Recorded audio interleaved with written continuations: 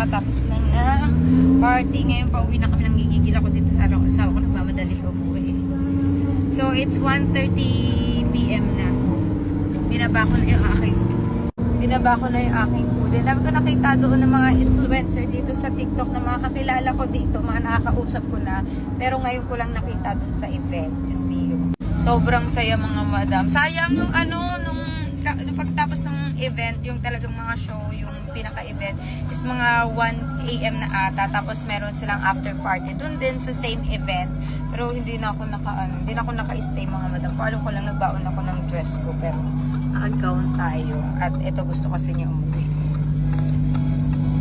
Sayang. Dami ko pa usap pa naman doon ng mga influencer. And finally, nasa house na kami mga madam.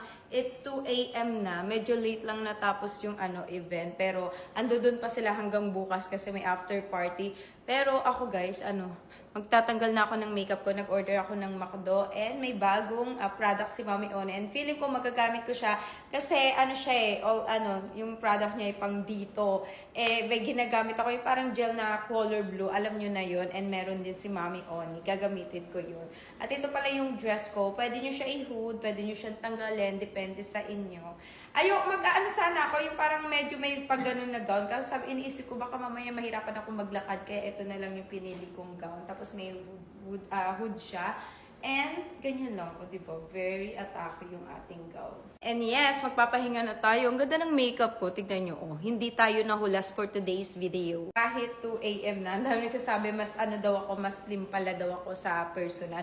Oh guys, kung nakita yung slim ako dito, mas slim talaga ako sa personal. And yun, nakakatuwa kasi marami akong kilala dito ng mga TikTokers din. And nagkausap-usap kami. Doon sana kami mag-usap-usap sa after party. Kasi nga, diba, pag may event, iba-iba yung upuan namin. Kaso nga lang, muwi na rin kami. Sabi nga ni Papa P, di sana sinabi ko daw gusto ko daw magstay doon. Pero sabi ko, okay lang din para makapagpahinga din kami. Kasi may gagawin din pala ako kasi bukas. Then, magko-concert na rin ang F4. And yung kasama ko doon, si Antoinette Gale. Sobrang bait nun. Neighbor ko lang siya. Dito lang din siya malapit nakatira.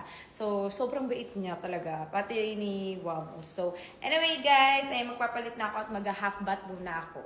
Tinanggal ko na yung aking kapa. Yun lang, lagi kong kausap. Lagi kami magkausap dito talaga ni Antoinette kasi magkalapit lang din kami. Tas, dapat pala kanina binaba ko rin yung hood ko. What we should Kasi sobrang ko parang change nakatag. clothes. I know, I forgot to bring change clothes. Yun rin, wala rin pala akong change clothes, kaya hindi rin ako nakapag-stay doon. May mga dala sila, si Abigail, papairamin niya daw ako. Kaso nga rin, 2 AM na rin mga madam.